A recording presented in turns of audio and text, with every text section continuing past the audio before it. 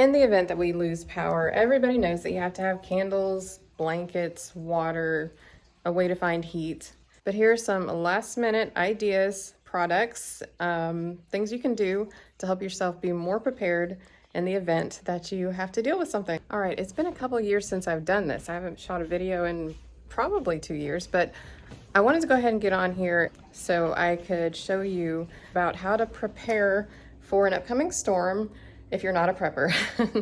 And if you have to go last minute, some of us just don't have a lot of storage space. Some of us are just not preppers by nature because we live in a place that doesn't have a lot of ice storms like what's supposed to be happening. I saw a lot of people at the grocery store getting perishable items, a lot of perishable items that go in the fridge or have short shelf lives. And I kind of just wanted to share some ideas for those of you that may be going last minute about things that you'll probably still be able to find because people are overlooking it. So let's get right to it. All right, so the first thing on the list is summer sausage. You actually don't have to cook it. It is ready to eat. And this one stick has about 8 servings in it. So it's got some protein going on, 9 grams of protein per serving. It's a pretty good thing. And it's relatively inexpensive. The next random thing is nitrile disposable gloves. Believe it or not, if you're really, really cold and you only have like cloth gloves to go outside with or even to be in your home with, these are wonderful to put up under your gloves. Number 3, I'm probably going to lose count, but instant iced coffee. If you need coffee and there's a blackout, you can just put it in water.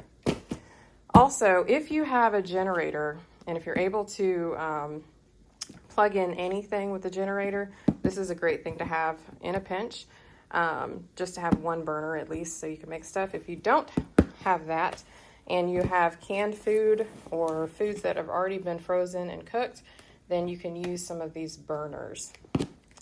Also, it's great to have on hand some chicken bouillon. Normally I don't buy this because it's not the healthiest, but in a pinch, like, you know, if the power's out, it's great to have. Another thing is popcorn for yellow popcorn enthusiasts. This can be cooked on the stove with just regular olive oil or any oil for that matter.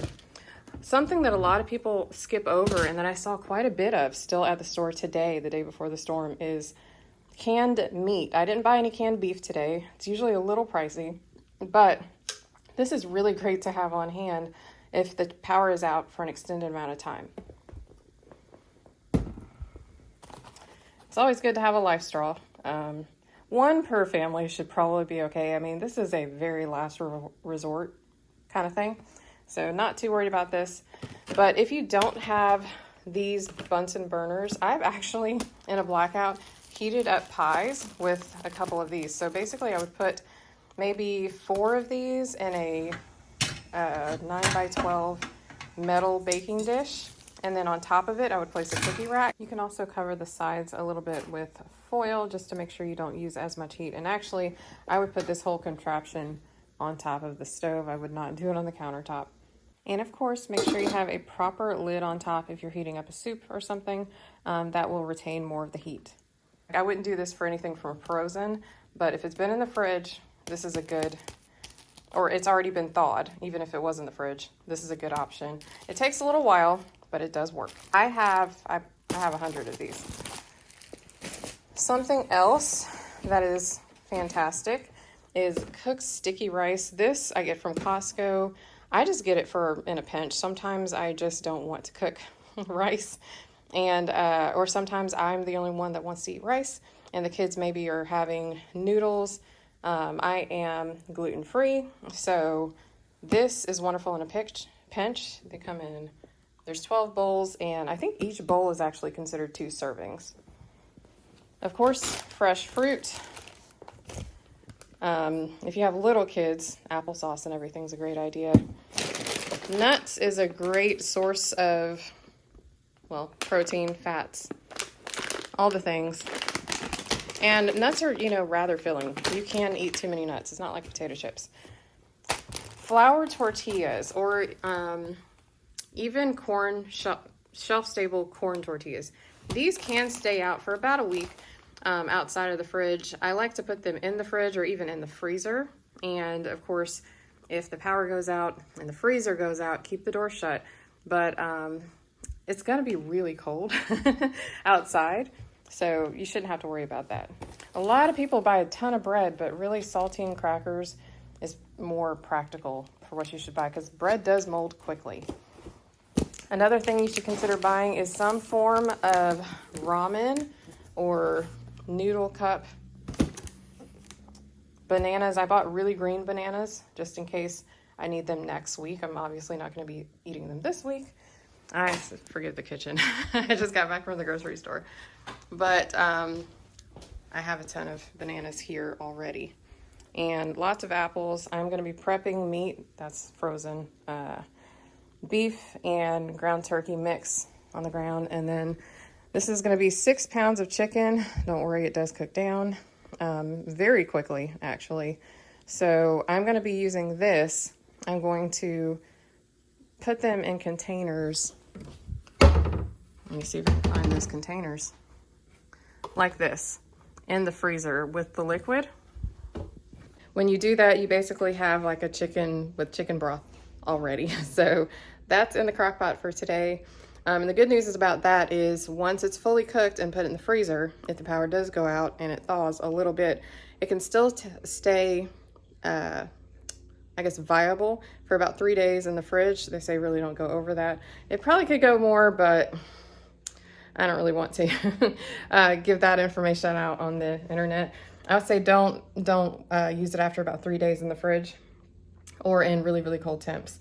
And if your fridge does go out, you should consider having some coolers with ice. So I don't know about your freezer outside, but mine gets ice dammed at the bottom. So if the freezer goes out, it's gonna stay cool for a while, but then we can take some of that ice from the bottom and put it in another cooler if we need to. Okay, back to other stuff. I also saw a lot of people buying regular refrigerator milk, or it was already sold out. You should really consider getting shelf-stable milk. We chose almond milk because that's what we drink. All right, we also have Hormel chili with beans. These are the 38-ounce cans. I don't know if you can find those, but in your store, or if you don't like it with beans, I think it doesn't taste nearly as good without the beans. So you can use that. I think there are 5 servings. 4.5 servings in here. So we are a family of 5. We would probably add another can of beans. They could be dark red kidney beans or even black beans, pinto beans, whatever you want. Just something for bulk. Of course, that can be served over tortilla chips, or if you need something heartier, over the rice. Something else that's really helpful is dried fruit. So I have dried mangoes here. I also have dried cranberries in the pantry. That's my pantry in all of its glory. And then granola and other cereals. So we buy these. They're pretty basic. They're good with peanut butter, which, you know, most people have peanut butter on hand. This also isn't that healthy, but sausage sticks for the kids is a quick source of protein. It works in a pinch. Avocados are a great source of healthy fats. One of the most important things that I think you should remember when buying food for storms is buy stuff you're gonna already eat, or at least buy a version that's close to something you would eat. Like we obviously eat a lot of chicken here, so canned chicken, that works. If you don't like tuna, don't buy a bunch of tuna. If you do, you'll make your captivity much more unbearable. Lastly, and probably one of the most surprising things that people would think or not think to buy is everybody's looking for flashlights and stuff right now, but you can get rechargeable lights, and they're cute, and they even come with a warm light, cool light. That's warm, that's cool, or neutral, and that's cool. And you can charge them up and use those, and when those run out, then get out your flashlights. But these were at Walmart today for, I think, $17.99 a piece, which is actually cheaper than I've seen on Amazon.com. And there was a ton of them. Nobody was looking at them. And so I was thinking, you know what? It's cute and it's functional. So that's definitely a win. All right, so all of the lights are off in this room, pretty much in the house, but look at how much light this thing puts off. And it's adjustable. You remember those Christmas items you have, those battery powered candles? Go ahead and use all the battery powered stuff you have for light, and then when you run out, use the actual wax candles. Yes, I do still have it in my tree. All right, so this one is specifically for winter storms. I would say, especially for the ladies, go ahead the night before you know the storm is going to hit and wash your hair, especially if you're due for an ice storm. Go ahead and wash your hair, because you do not want to be without power in your house with wet hair, or outside with wet hair, because guess what? You're not going to be able to dry it with a blow dryer. Now, why am I saying this? I went through a hurricane at college, and lots of girls spent their daily ration of water bottles on washing their hair, and it's not wise, okay? We were without power for days and days. You have to have drinking water. You need to have water maybe for your toothbrush, but you need to ration it. You need to drink it, and you need to use it for your toothbrush, not for washing your hair. That's not important. Also, lay off the makeup, because you're not going to need it when the power's out. Nobody's going to be able to see anyways in the dark inside. So, and I can assure you, your makeup is the last thing that people are thinking about. And if they are thinking about that for you, then get some new friends. Also, in the event that you are in a really bad cold snap and the power does go out in your refrigerator, in your freezer, go ahead and take those out and just put them out in your garage. If you have a screened-in porch, that's even better, just to keep the critters away from certain foods and such. But you know what? It works. And especially since we're going to be getting, I think it's going to be down to -12, that garage is going to be the perfect cold room. It's going to be a lot colder than like root cellars and everything. It's going to be so cold. I'm not looking forward to it. Hopefully your power does not go out, but if it does, you can put your stuff from your fridge into your cold storage, which will now probably be your garage. You can also use your car for cold storage. Just make sure that you don't have the sunroofs open so sunlight doesn't get in and start to heat up the interior of your car. In an ice storm, you're not driving anywhere, so it kind of works. It's always a good idea to fill your tub up with water. It surprises me how many people actually don't have tubs nowadays in their apartments or even in their whole home. If you don't have a tub available to you, then you can fill up an outdoor trash can and it'll get the job done. Then take that trash can and put it as close to the interior, or not the interior of your house, because that's gross, unless you've already cleaned it. But put it inside of your garage, closest to maybe your water heater or something like that. That trash can, you want to stay unfrozen, basically. And you want to use it just in case the flushing mechanisms on your house or on your plumbing or whatever goes out. If that happens, you're not going to be able to flush your toilets, and you're going to have water to flush those toilets. You're going to have to use gravity, basically. I learned all this in the aftermath of Hurricane Ivan. We had to carry trash cans down 8 flights of stairs to the campus pool and then fill them up, carry them back up just to flush the toilets. The stench was horrible, and of course you don't flush it just for number one, if you know what I mean. So you have to conserve water, and this is just gonna get you on top of the game. If that happens, I hope it doesn't happen. Like I said, normally I am not a prepper, but when Ryan Hall, y'all, says that this is going to be a catastrophic and that we're kind of in the middle of the zone for it, yikes.